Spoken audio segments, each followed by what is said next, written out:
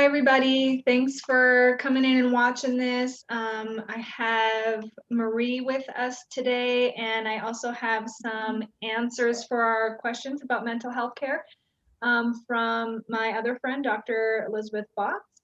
And I'm going to go ahead and start sharing my screen. Let's see here. And we'll just go ahead and do this quick slideshow here. Okay, so this little webinar is about self-care tips for mental health.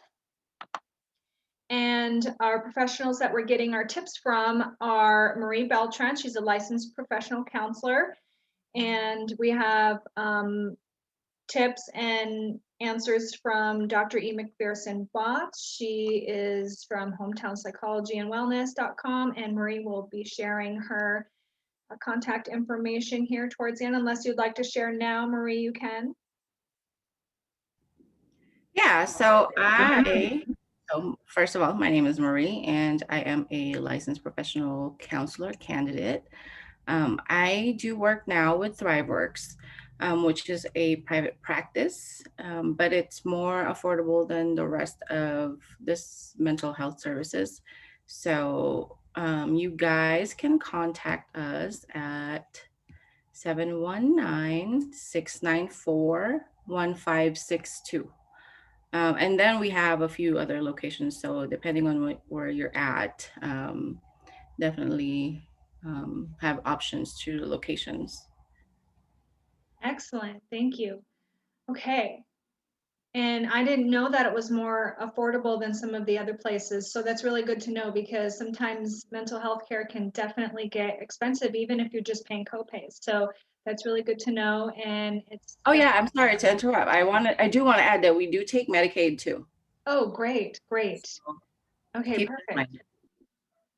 Okay, so our first question was, what are some self-care tips that you would want to share that you share with your clients and patients that have to do with anxiety, depression, distress, really anything, especially during these times, and what's the importance of self-care? So go ahead and enlighten us on what your answer would be, Marie.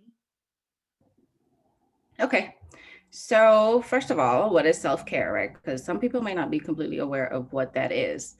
And there's of course, the ideation of self-care should be like a super relaxing all day event. I'm gonna go to a massage, I'm gonna take a bath, I'm not gonna do anything all day. But sometimes that's not possible, right? Depending on your schedule and what goes on, especially if you have kids, that they can just throw everything off. So sometimes all you have is 10 minutes. But self-care is, think of it this way. So, you know how we have our different responsibilities throughout the day, we wear different hats. Um, so we pour, and give. Self-care is a time for you to refill yourself and just kind of replenish and make sure you're not empty. So with that being said, things that would give you joy, that would not feel like a chore, or that doesn't require too much exertion or whatever. Or sometimes for people, it could be working out, it could be meditating, it can even be like finishing a cup of coffee without it getting cold. So those are some things to keep in mind. It's also important to have your own support system, because sometimes you just need someone that you trust to talk to. That's also self-care, knowing that you need someone to talk to.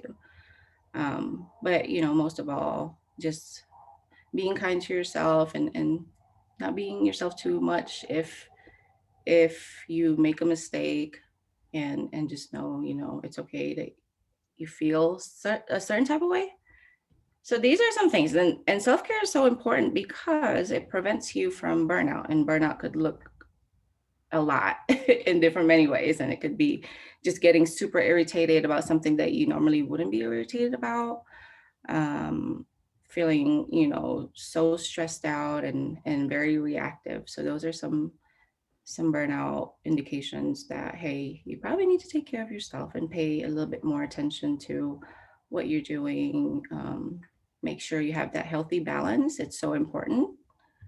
Um, yeah. Excellent. But Thank you so much. yeah, so I Um, actually have written an article for the company I work for, okay, and I can give you guys the link in perfect. the chat section so you can get a little bit more of in depth about, why is it so important? What are some things you can do to take care of yourself, especially if you haven't done it before? So I'll put that in the chat. Okay, great. And Marie has already put the link to a article. Is it the Prioritizing Self-Care? Okay, so the link to the article is in the chat, and can you see that right up there on the screen, Marie? The chat? I put it on there. Yes. Hopefully you can see it. Okay, great. So take Let a me. screenshot of that, and that would be excellent information for everybody to look into. So thank you for that.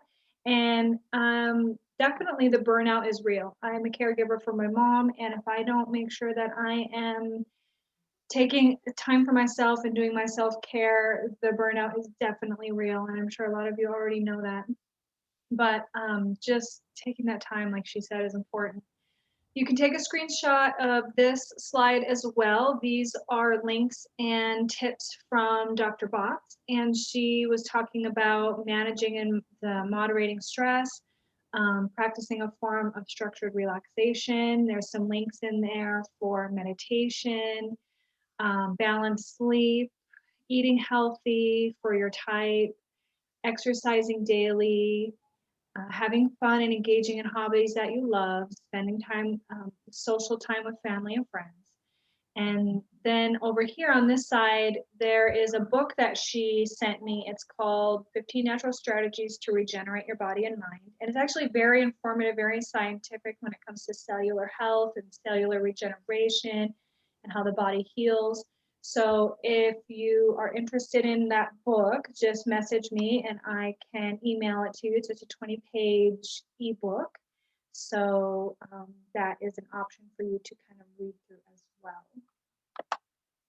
All right, and moving on, we have, oh, this is another thing that Dr. Botts recommended. It's a transcendental meditation program with Bob Roth.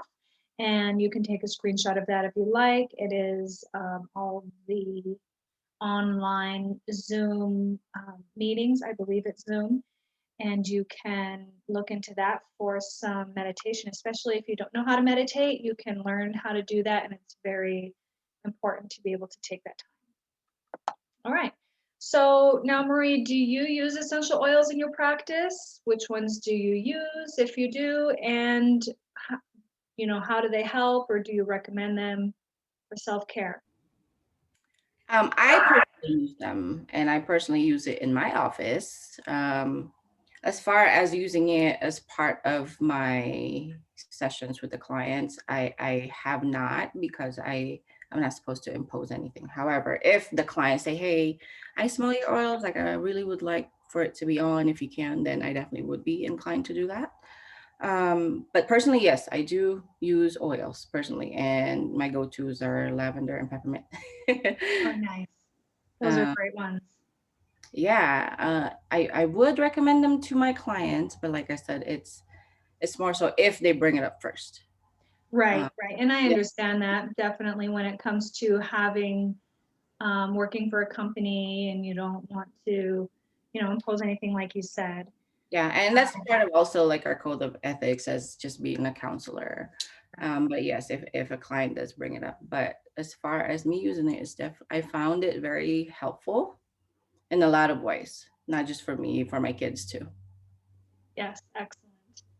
I was able to pull up my answers as well from Dr. Botts on the last one. So self-care is required nowadays. Finding and practicing a form of structured relaxation that fits your personality is a good one. She Mhm. recommends Bob Roth, which we showed, and then for the essential oils in the practice, she wrote that she does use them. She recommends diffusing specific oils for anxiety, and it's a little easier for her to do that because she works for herself. So Right. um, she loves ylang ylang and lavender and chamomile are just a few. And for depression, she recommends cedarwood, orange, and bergamot. And as well to boost for immunity is frankincense, neem, oregano, and peppermint is what she recommends. For those clients with, let's see, reoccurring physical illness, then I also recommend using a few drops of the above oils in detoxifying baths. And that's one of my favorite ways too, is to use the oils in a nice Epsom salt bath. So very great options for oils when it comes to mental health and relaxation. Okay, so Marie, what do you think is the major concern these days with mental health issues? Well, the major concern now is the availability and affordability. That's always been an ongoing concern. Actually, one of the perks that the COVID actually brought is making it easier to some of the Medicaid recipients to be able to have that privilege or benefit. Um, and well, of course, if you don't have Medicaid, then it's super expensive to have to pay every session. Um, so those are the major things. Okay, excellent. That's good to know that even though the pandemic has caused so many problems, it has actually made it easier for people to get the help that they need. So that's Yeah, good. and it actually normalized telehealth too, because part of the issue was that wasn't allowed in our practice, like a phone session or anything before COVID. But since COVID happened, now we can, do our sessions like this. Yeah, yeah, Or if whatever connections, then we can move it over like a phone session. But, you definitely have that access now too. yeah, that's excellent. Let's see. Um, and I asked Watts this question specifically, and it says, how do you think the pandemic has affected people's mental health? And she put, I think this pandemic has been extremely difficult for people's mental health due to an increase in isolation, trauma caused by death of loved ones due to COVID, and fear of the virus and the new vaccines. The required stay home orders, social distance requirements in public, as well as the mask mandates further promote isolation, which causes symptoms of anxiety and depression. While these factors may very well be put in place to protect us, they have created an environment steeped in fear, apprehension, and loneliness for many. The virtual world has changed the social practices of all human beings on this earth, and as a psychologist, I choose to embrace and promote the positives that have emerged.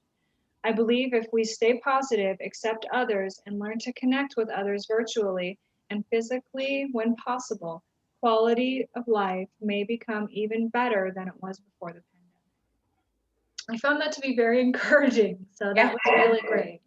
it's such a tough time for everyone. I mean, everyone. Definitely anxiety and depression are two of the major things that's going on. Because imagine, going from being able to go places, hang out with friends, to being at the house all day, every day. um, so Yeah, there's definitely that. And then if you're already have, let's say, for example, because I also worked with the veteran population previously, and let's talk about people who has PTSD and that time to just sit there and do nothing. And so the brain is going and it's thinking, and there's very limited options as far as things you can do to distract yourself or even cope, right. on top of already the anxiety that the COVID itself brings. So it's definitely a challenging time for a lot of people. So different populations, different traumas. Imagine the trauma the nurses are experiencing, and the doctors, and the trauma that the single parents are experiencing, because trying to balance, okay, I got to go to work, but the daycare and schools are closed. So there's such big challenge right now. Yeah, it's a lot of adapting, Yeah. definitely. But I do like the fact that even though we can't come together or we're not able to come together very much, especially during the high point of the pandemic, that, we have this ability to do virtual stuff. And Yeah. at least there is an opportunity to talk with others. Oh yeah, definitely. Yeah, I would encourage you to use that as much as you can, right, right.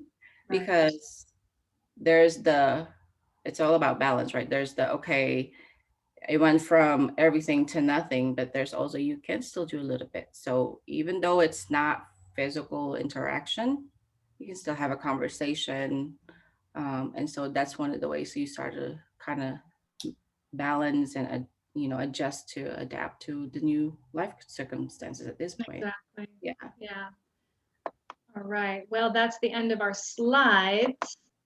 So I just wanted to go ahead and finish up unless you have anything else to add, Marie.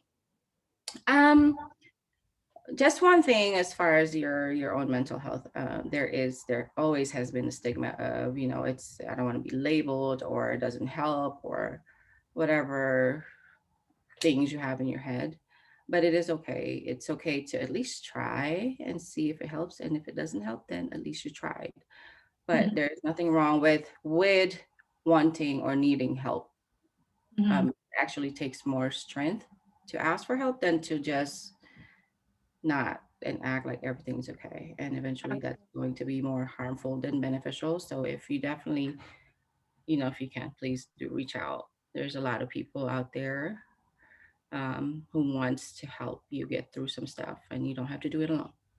Yes, excellent. And I totally agree with that. It just takes one step to be proactive in your mental health, whether it's reaching out to family or a friend or a mental health professional. Even just going for a walk in nature can really help with clearing your mind and finding the ability to make a logical decision for yourself and not to, like Marie said, deal with that stigma of not wanting to ask for help. And it's very important to do that. So, okay, in the chat, Marie, if you want to just enter your phone number one more time for the Okay, office. we'll do. I can put that in there real quick.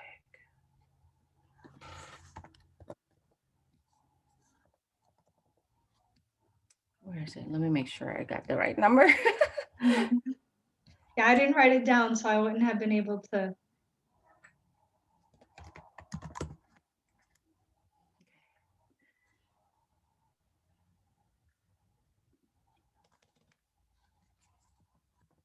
Yeah, so like I mentioned before, the number that I'm giving you to is our support team, and they will definitely do everything they possibly can to help you, and even find which is the closest location to where you are currently living.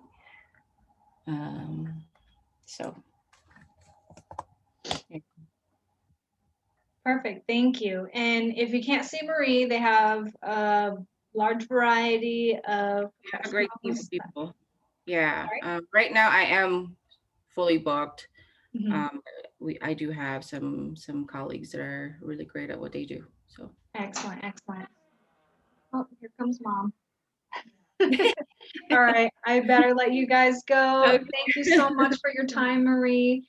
You're And welcome. if anybody watching this has any questions, feel free to reach out and you have a wonderful day.